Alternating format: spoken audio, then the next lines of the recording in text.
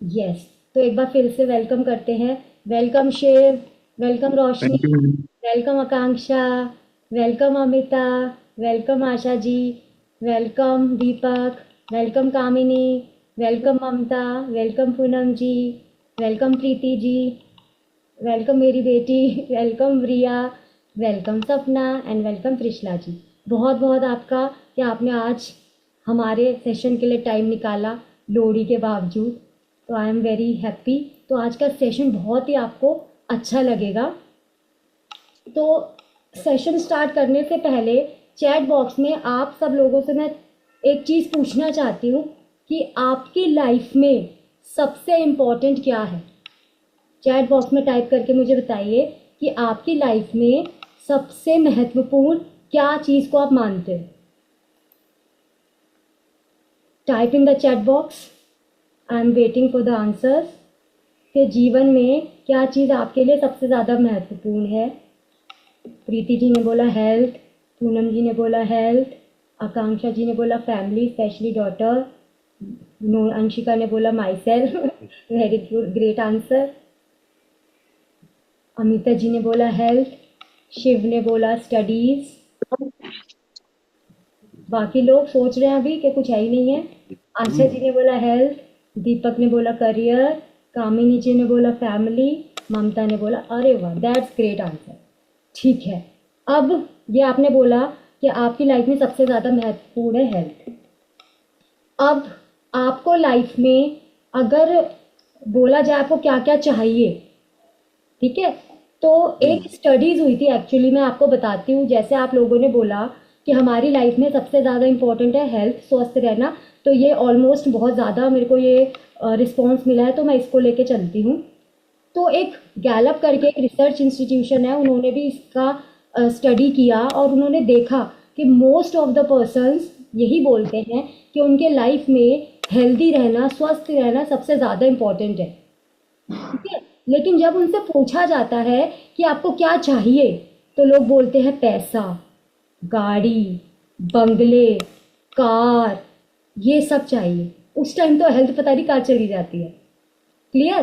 तो ध्यान दें, हमें पता है healthy body lives in healthy mind lives in healthy body, ये हमें सबको पता है।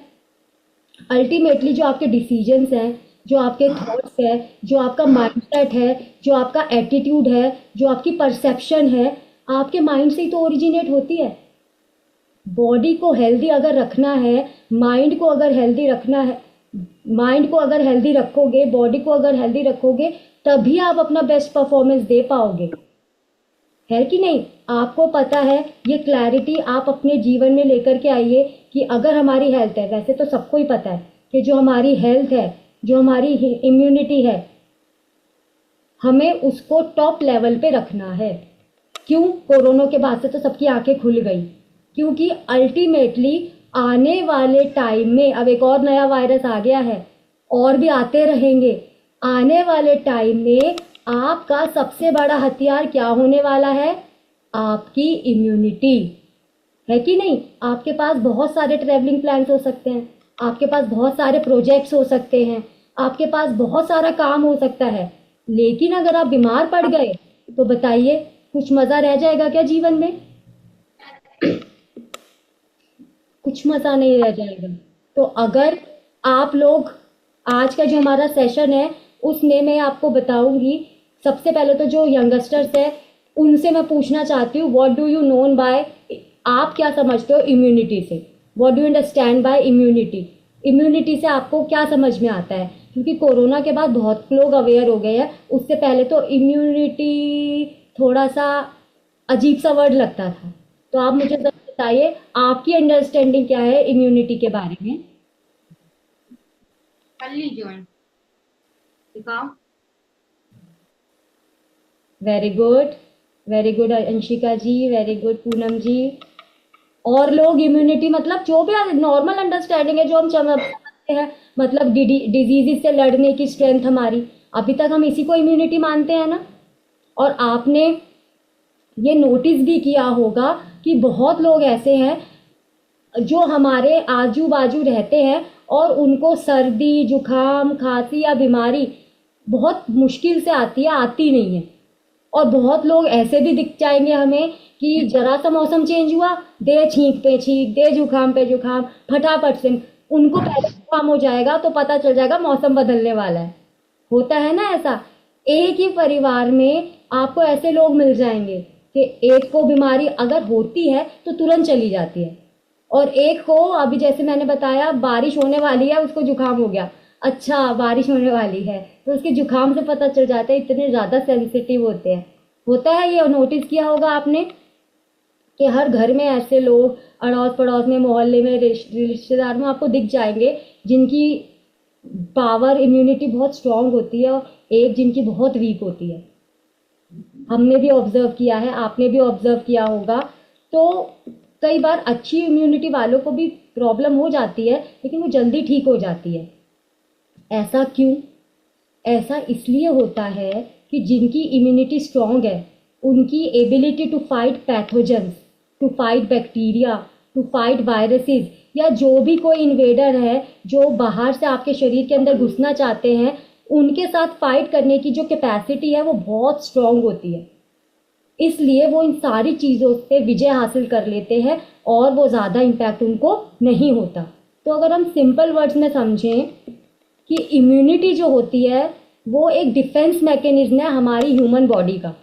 जैसे किसी देश का डिफेंस मैकेनिज्म अगर स्ट्रांग होता है तो बाहर के दुश्मन की हिम्मत है कि वो अंदर आ जाए, ऐसे ही जो हमारी इम्यूनिटी है वो हमारा डिफेंस मैकेनिज्म है।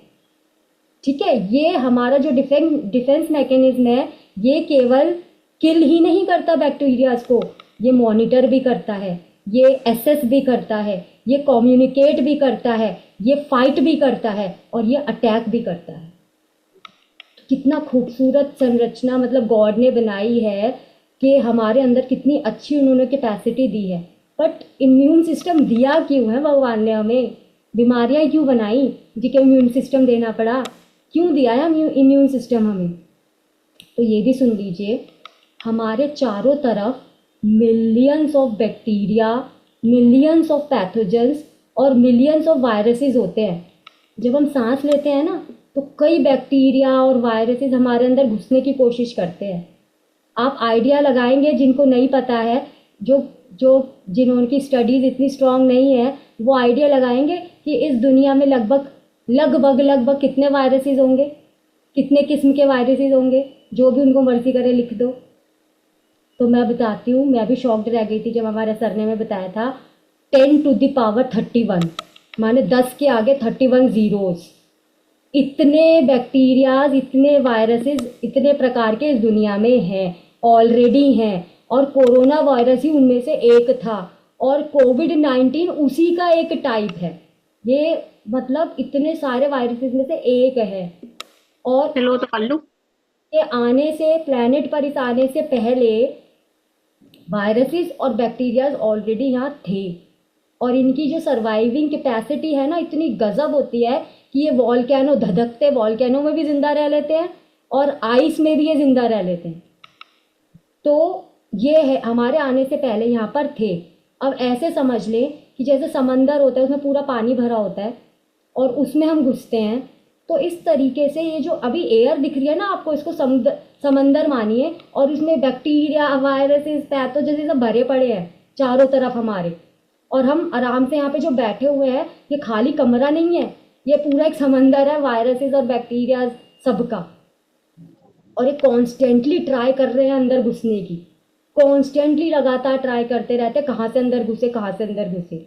और हमारा जो इम्यून सिस्टम है, वो जो डिफेंस मैकेनिज्म है, वो इनको अंदर घुसने से रोकता है। और अगर बाई चांस कोई अंदर घुस गया तो फट से उसको किल भी करता है। हमारे पेट में, हमारे इंटेस्टाइन में लगभग 2 किलो बैक्टीरिया होते हैं और उनमें से बहुत अच्छे भी होते हैं।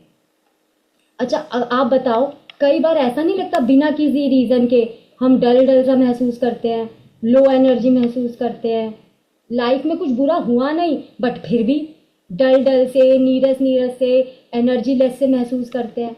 होता है ना, कभी कभी मेरे साथ भी हुआ है, आपके साथ भी हुआ होगा। तो टाइप यस, क्योंकि तो नॉर्मल चीज़ है। वाई टाइप कर दो, यस नहीं टाइप कर रहे। तो आपके जो गट है ना, गट, वो आपके माइंड से कनेक्टेड रहती है।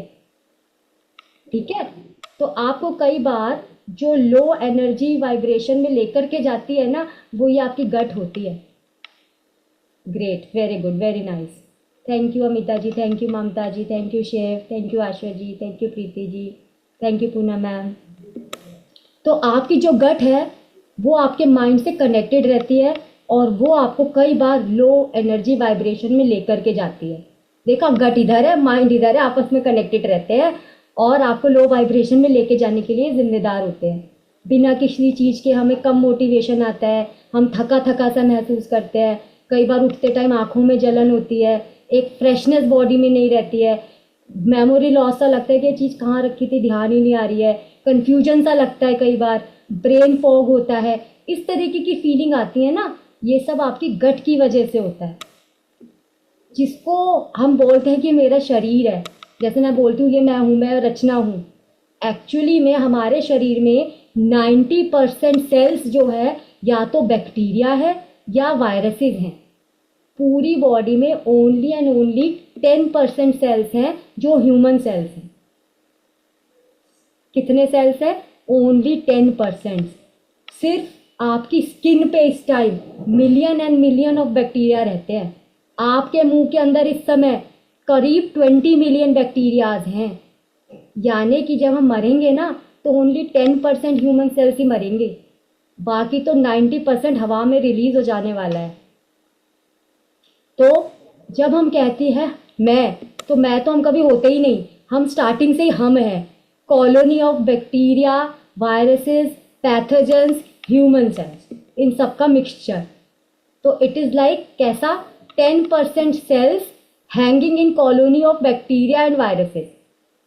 ठीक है, तो हमारे जो 10% ह्यूमन सेल्स है वो बहुत गजब है, उन्होंने 90% से दोस्ती कर ली। क्लियर? तो ह्यूमन बींग्स जो है अपना खाना खुद डाइजेस्ट कर ही नहीं सकता, सारे न्यूट्रिएंट्स उसके निकाल ही नहीं सकता अगर ये बैक्टीरिया ना हो जो हमारे गट में है। तो ये जो बैक्टीरिया जो हमारे गट में है वो खाने को तोड़ करके उसमें से न्यूट्रिएंट्स निकाल कर हमें दे देते हैं। इनमें से ज़्यादातर गुड बैक्टीरिया हैं जो हमारी हेल्प करते हैं। तो इस पर स्टडीज़ भी की गई है जिसको बोलते हैं माइक्रोबायोम या माइक्रोबायोलॉजी। ये जो मूड स्विंग्स हैं ना हमारे अंदर, ये जो आते हैं ये तब आते हैं जब हमारे बैक्टीरियाज को भूख लग रही होती है कुछ ज़्यादा ही। क्लियर? तो अब हम बात करते हैं हमारे इम्यून सिस्टम की, कि हमारा जो इम्यून सिस्टम है, जो इतना बढ़िया इम्यून सिस्टम है, वो 3 लेयर्स का होता है। तो सबसे पहली जो लेयर है उसे कहते हैं बैरियर। ठीक है, उसको क्या कहते हैं? बैरियर। जब आप इस पूरे इम्यून सिस्टम के बारे में जानोगे ना तो आपको बहुत ग्रेटफुल महसूस होगा ये देख करके कि ये पूरा इम्यून सिस्टम कितनी मेहनत कर रहा है आपको बीमारियों से बचाने में। आप इसके लिए थैंकफुल और ग्रेटिट्यूड रहोगे कि हम तो एक दिन की छुट्टी ले भी लेते हैं, बट ये बिल्कुल छुट्टी के बिना लगातार काम में लगा रहता है। तो सबसे पहला इम्यून सिस्टम है हमारा बैरियर। ये फिजिकल इम्यून सिस्टम है, ये हमारी स्किन। ठीक है, इसकी भी अलग अलग लेयर्स होती है। तो ये जो हमारी स्किन है, अभी मैंने आपको बताया इस समय एयर में billions of bacterias and viruses है, ये लगातार बॉडी में घुसने की कोशिश कर रहे हैं, लेकिन हमारी स्किन सबको रिपेल कर रही है, किसी को भी अंदर नहीं आने दे रही है। जब ये स्किन डैमेज हो जाती है, जैसे कई बार जल जाती है, तो इसके नीचे एक सेकेंड लेयर होती है, उसमें एक विशेष प्रकार के बैक्टीरिया होते हैं। तो जैसे स्किन जली, अब जो एयर में मौजूद बैक्टीरिया और वायरसेस है ये फटाफट से अंदर घुसने की कोशिश करते हैं, तो उस टाइम सेकेंड लेयर एक्टिवेट हो जाती है और वो उस पर्टिकुलर जगह पर एक आर्टिफिशियल स्किन बना देती है जिसे कहते हैं छाला पड़ गया। तो अगर आपके स्किन पर जलने के बाद छाला पड़ जाता है, ये आपके स्किन की इम्यूनिटी सिस्टम ने बनाया है, क्योंकि वहाँ की इम्यूनिटी वीक हो गई थी, वहाँ से बैक्टीरिया वायरसेस स्किन में घुस सकते थे। तो उस वीक एरिया के लिए एक आर्टिफिशियल स्किन जो बनाई गई है, इस फफोले को देख करके बहुत टेंशन हो जाती थी, हो ये क्या हो गया है। करने की ज़रूरत बिल्कुल भी नहीं है, क्योंकि स्किन ने आपकी हीलिंग चालू कर दी है। तो ये हमारा जो है, ये हमारा skin artificial, yes. Second barrier होता है आपका म्यूकस। जो म्यूकस है, जब हम सांस लेते हैं ना, तो एयर में प्रेजेंट बैक्टीरिया और वायरसेस हमारी नाक से अंदर घुसने की कोशिश करते हैं, तो हमारे नाक में हेयर्स होते हैं और म्यूकस होता है, वो उनको वहां जाने से रोक लेता है। तीसरा जो होता है, जब हम पानी या खाने के ज़रिए कुछ वायरसेस बैक्टीरिया अपने पेट में ले जाते हैं, तो वहाँ पर मौजूद होता है एसिड। एसिड जो होता है उन बैक्टीरियाज को किल कर देता है। तो आपने देखा होगा कई बार अगर आप ज़्यादा ही गलत खाना खा लो ना, तो बॉडी उसको उल्टी करके बाहर निकाल देती है। तो जो वॉमिट हुआ वो भी आपके इम्यून सिस्टम का ही रिस्पॉन्स था। ऐसे आँख में अगर कुछ गलत चला गया तो क्या होता है, आंसू बनता है और फटाफट से वो आंसू के ज़रिए बाहर निकल जाता है।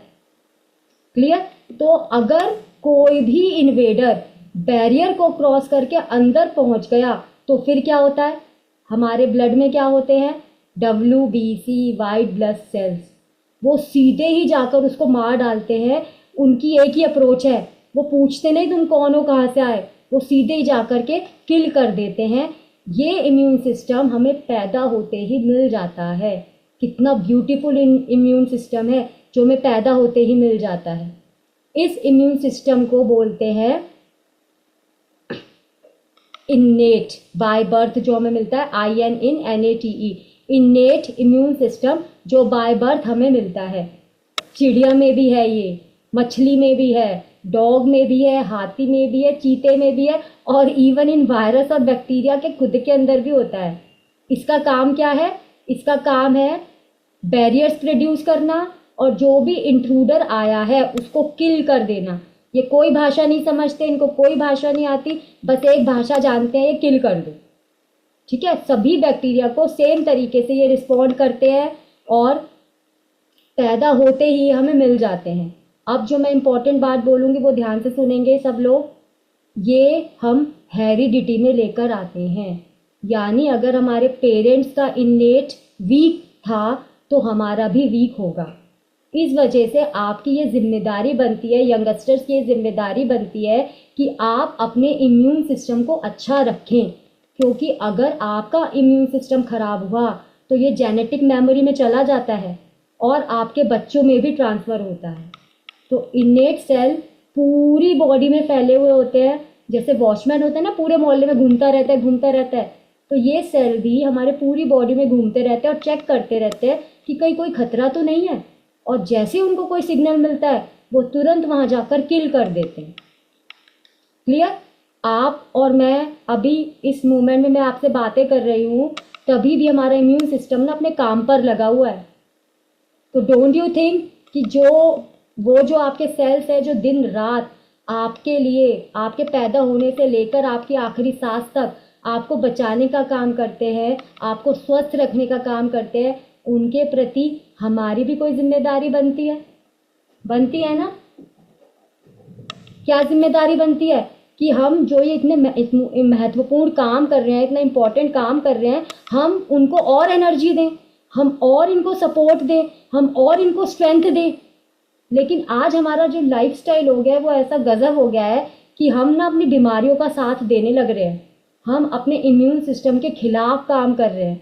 आगे मैं आपको बताऊंगी ऐसा मैं क्यों बोल रही हूँ। अभी मैं कंप्लीट करती हूँ कि हमारे इम्यून सिस्टम में थर्ड क्या टाइप होता है, that is known as adaptive immune system. ये अडेप्टिव इम्यून सिस्टम जो है ना, ये हमारी बहुत स्मार्ट है, ये बहुत इंटेलिजेंट है, और एक नया इम्यून सिस्टम है जो बाकी किसी स्पीशीज़ में नहीं होता है, केवल स्केलेटन वाले जो जीव होते हैं ना उनमें होता है अडेप्टिव इम्यून सिस्टम। तो अडेप्टिव इम्यून सिस्टम जो है उसका काम क्या होता है, ये बाय बर्थ हमें नहीं मिलता, ये धीरे धीरे हम अडेप्ट करते हैं। ये अपने आप से एंटीबॉडी क्रिएट करता है। जैसे कोरोना वायरस जब किसी को पहली बार हुआ होगा और उसका इम्यून सिस्टम अगर स्ट्रॉन्ग रहा होगा तो कोरोना को उसने तुरंत हरा दिया होगा एंटीबॉडी क्रिएट करके। ये एंटीबॉडी जो क्रिएट करी, जिस इम्यून सिस्टम ने क्रिएट करी, उसको बोलते हैं अडेप्टिव इम्यून सिस्टम। और जो उसने एंटीबॉडी बनाई, ये ऐसे समझो उसने उसकी एक फ़ोटो खींच करके, जैसे चोर उचक्के की फ़ोटो खींच करके पुलिस रख लेती है और सारी जगह सर्कुलेट कर देती है कि ये चोर उचक्का है या डाकू है, इसको पकड़ना है। ऐसे उसने उसकी फोटो खींच करके रख ली। फ्यूचर में जब कभी वो दोबारा अटैक करेगा ना, अब वो जिंदा नहीं बचेगा। अब अडेप्टिव इम्यून सिस्टम ने उसका तोड़ ढूंढ लिया है और उसकी एंटीबॉडी क्रिएट कर ली है। जैसे फ्यूचर में कभी भी वो आएगा, वो तुरंत अटैक उस पर कर देंगे।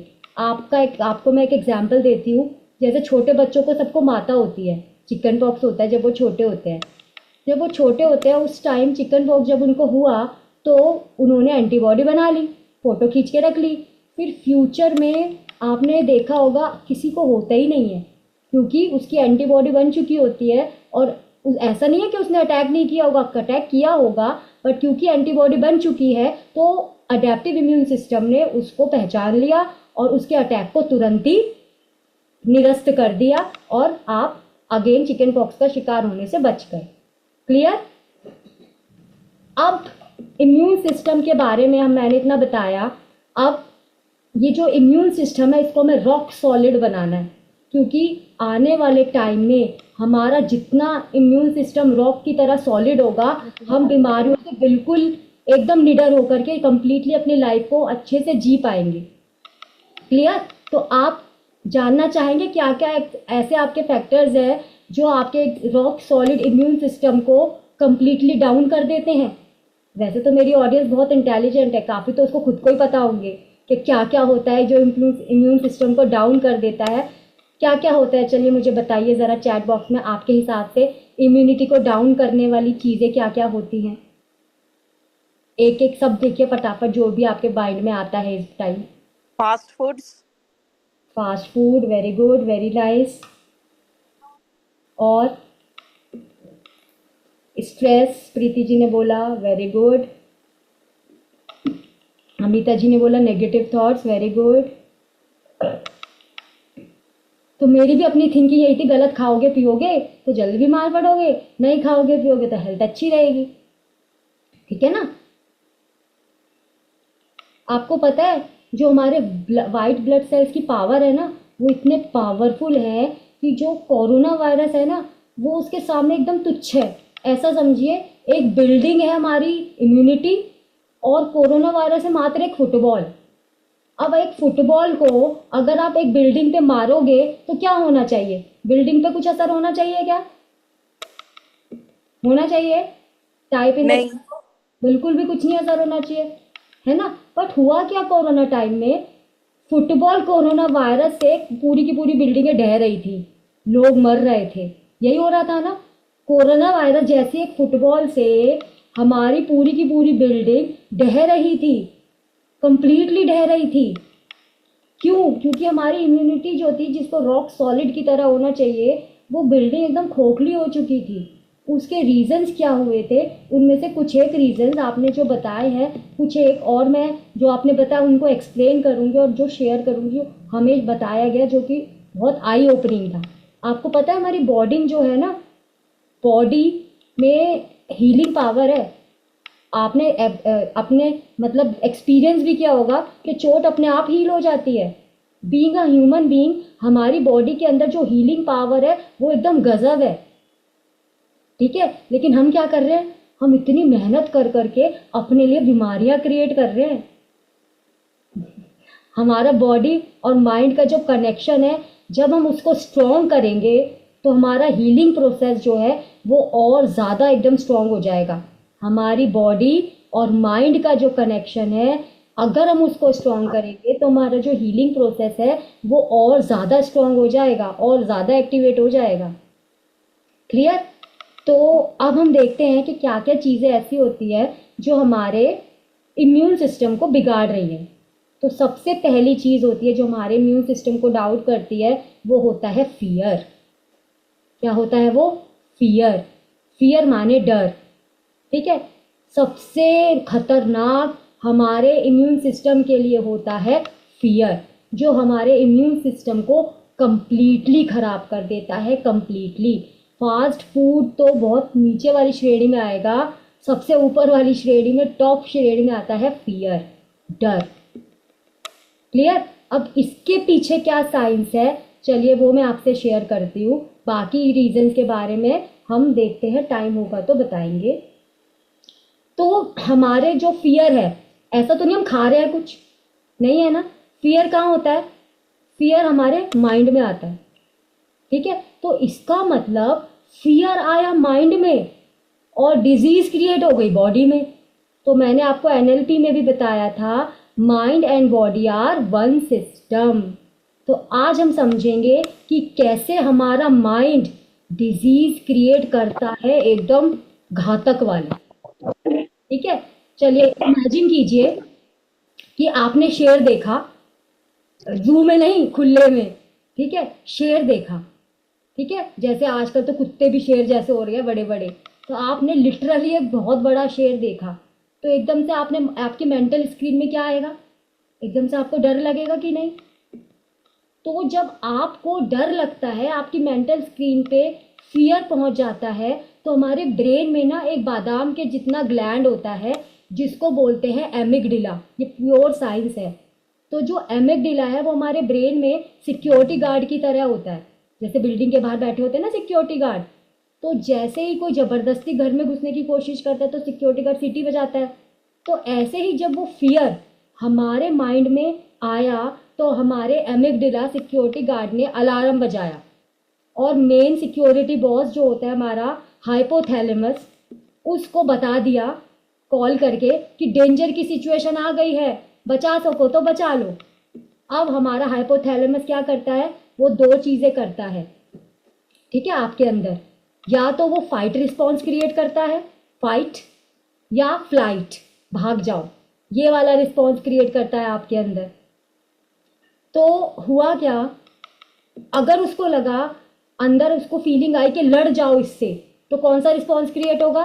फाइट।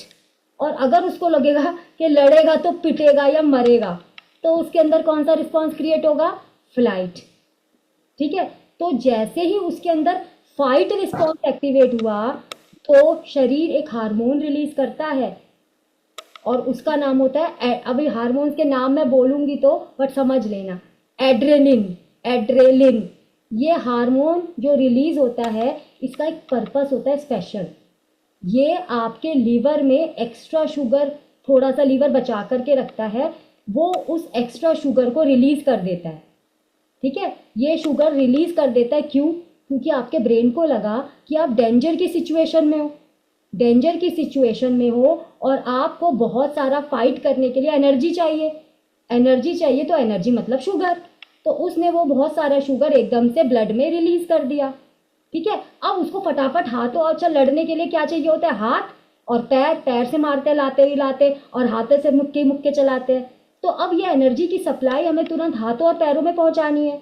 तो हमारा ब्रेन कितना इंटेलिजेंट होता है, वो हमारी हार्ट बीट बढ़ा देता है, जिससे फटाफट फटाफट फटाफट ये सारी जो एनर्जी है ये हाथों और पैरों तक पहुंचे। सेम टाइम पे वो बाकी सारे सिस्टम की एनर्जी सप्लाई को ब्लॉक कर देता है। हमारा डाइजेस्टिव सिस्टम ब्लॉक हो जाता है, हम की एनर्जी सप्लाई ब्लॉक हो जाती है, हमारे एंग्स की एनर्जी को ब्लॉक कर देता है, हमारे इम्यून सिस्टम की एनर्जी को भी ब्लॉक कर देता है, और इवन आपके सोचने की क्षमता को भी ब्लॉक कर देता है। इसलिए आपने ऑब्जर्व किया होगा कि जब आपको गुस्सा आता है उस टाइम पे आप गुस्सा कर देते हो, लेकिन जब आपका गुस्सा शांत हो जाता है तो आप यही सोचते हो कि अगर मैंने गुस्सा नहीं किया होता, अगर मैं एंग्री नहीं हुआ होता, तो मैं इस सिचुएशन को अच्छे से डील कर सकता था। मगर ये हो ही नहीं सकता। क्यों?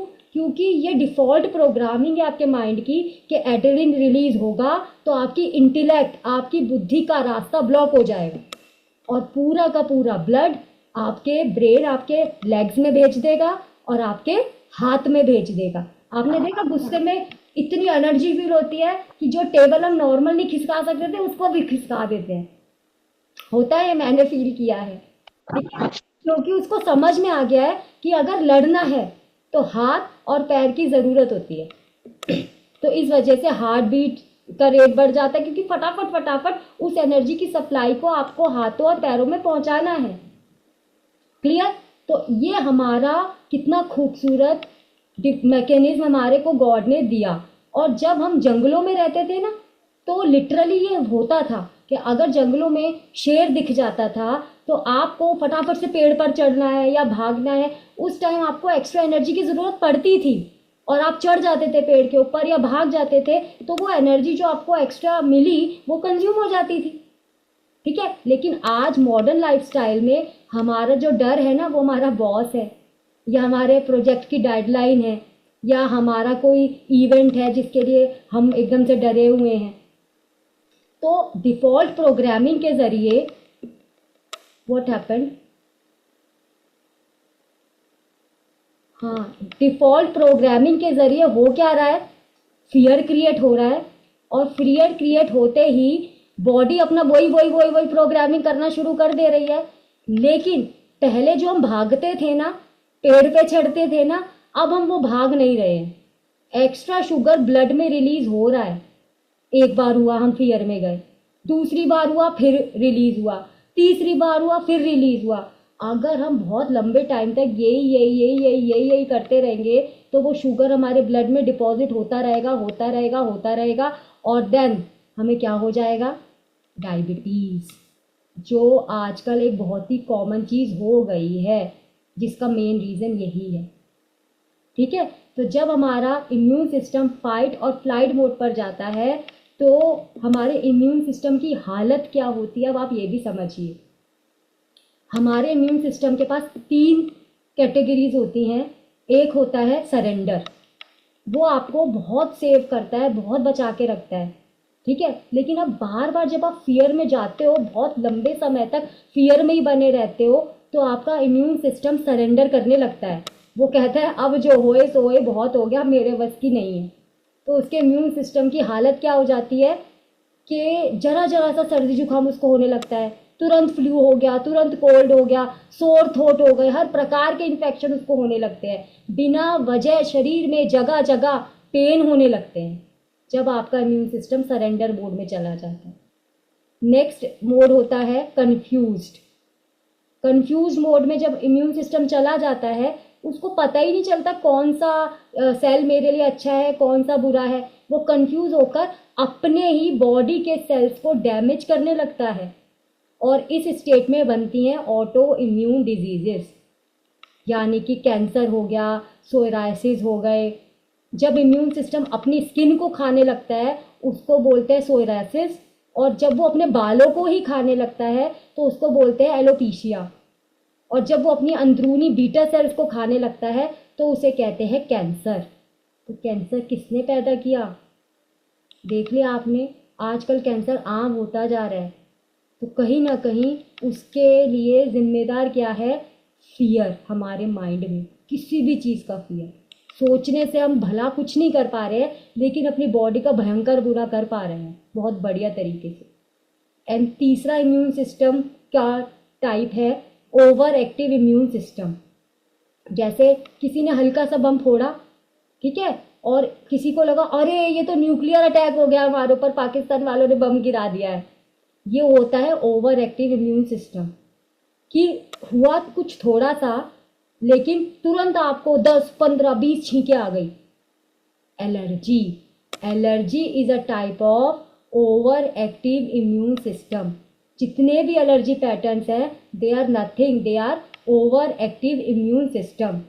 ठीक है। अगर आपकी इनहेरिटेड एलर्जी नहीं है वो एक अलग चीज़ है, अदरवाइज 80% जो एलर्जी होती है ना, they are result of over active immune system. Clear. अब बात आती है कि जो हमारा नेचुरल थिंकिंग है वो फाइट और फ्लाइट मोड में जाता है, ये हमें पता चल चुका है, जो आज से पहले मुझे पता नहीं था। ठीक है। अब आपको ये पता चल चुका है सारे एनिमल्स का भी जो ब्रेन है वो ऐसे ही वर्क करता है, फाइट और फ्लाइट मोड उनको आती है। ठीक है। हम लोग we are specially gifted with intellect. हम ह्यूमन बीइंग्स के पास, देखो लोगों मतलब जानवरों के पास बॉडी है, माइंड है, हमारे पास बॉडी है, माइंड है और इंटेलेक्ट है, बुद्धि है, सोचने समझने की ताकत है। तो जो लोग, हम लोगों में से भी जो लोग उस बुद्धि का यूज़ करके इवॉल्व करते हैं, ग्रो करते हैं, वो अपने इस डिफ़ॉल्ट मोड से ऊपर आ जाते हैं।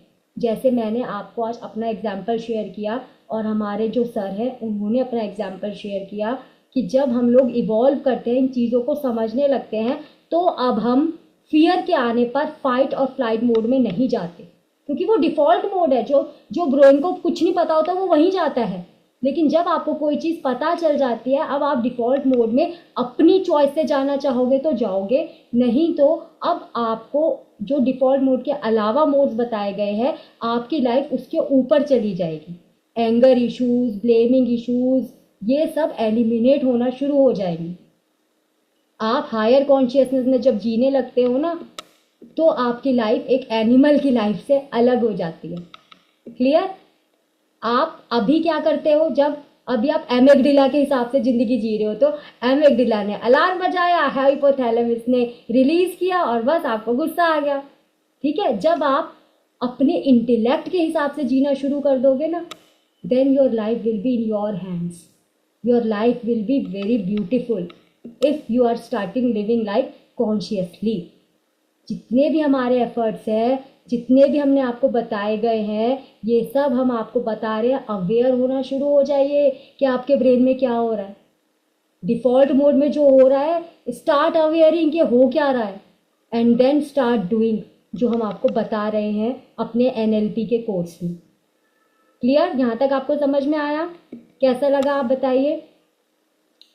every form of meditation, every line of gratitude, every act of kindness, ये आपको आपके एनिमल इंस्टिंक्ट से बाहर निकाल करके आपकी लाइफ को हायर कॉन्शियसनेस में लेकर के जाता है, जो कि कितनी खूबसूरत बात है। ठीक है, तो आज का मेरा सेशन कैसा रहा बताइए बताइए। Feedback please. यस। बहुत बहुत बढ़िया, बहुत इंफॉर्मेटिव और बहुत इंटरेस्टिंग। या थैंक यू, मेरे को भी बहुत अच्छा लगा था जब मैंने ये सब सुना था ना, मैं भी फ्लैट हो गई थी, तो मैंने सोचा था ज़रूर शेयर करना है ये भी बहुत कुछ। मेरे को भी एक्चुअली ऑटो इम्यून की प्रॉब्लम है। अब जो मुझे समझ में आ गए, डॉक्टर से पूछो ना, वो भी नहीं कहते ये तो हजारों में से लाखों में से किसी एक को होती है, एग्जैक्टली कोई आंसर नहीं बताता। मैं भी यही सोचती रहती थी, हम सिगरेट नहीं पीते, हम तंबाकू नहीं खाते, हम ये नहीं पीते, हम वो नहीं पीते, फिर हम बीमार क्यों पड़ जाते हैं? ठीक है, हम बीमार मैं इसकी वजह से पड़ते हैं। यस। मैं एक छोटा सा एक्सपीरियंस शेयर करती हूँ। मेरी बेटी को 9th-10th में ऑटो इम्यून हो गया था और हमने बहुत सारे डॉक्टरों को दिखाया, बहुत सारे टेस्ट कराए और उसको उन्होंने स्टेरॉइड देना शुरू कर दिया। फिर बाई चांस एक डॉक्टर साहब मुझे मिले, उन्होंने कहा सारी मेडिसिन बंद कर दो और बस खेलना कूदना और खुश रहना शुरू कर दो, और वेरी गुड। उससे वो ठीक हो गई। अरे वेरी नाइस। तो देखा ना, body and mind are one system, जो एनएलपी का एक प्रिंसिपल हमने आपके साथ शेयर किया था। तो एक्चुअल में ये होता है, जब से मैंने भी खुश रहना और अच्छे से रहना शुरू किया है, तो मेरी डिजीज़ भी अंडर कंट्रोल है, और ये धीरे धीरे शायद कम भी हो जाए। आप लोगों के साथ जुड़ के तुमको और मज़ा आता है। बहुत बढ़िया।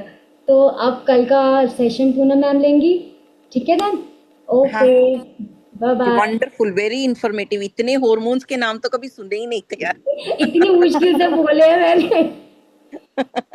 चलो ठीक है, ओके। अमिता जी, आप शेयर करोगे कुछ?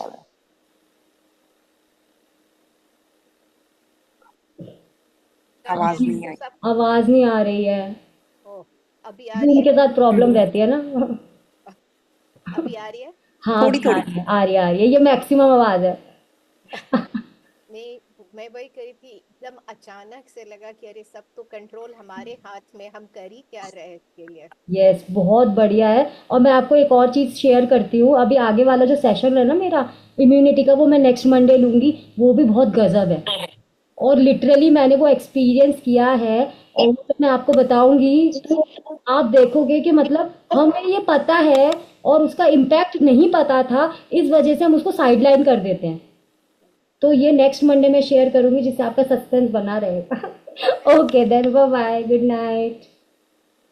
Thank you, bye. My pleasure.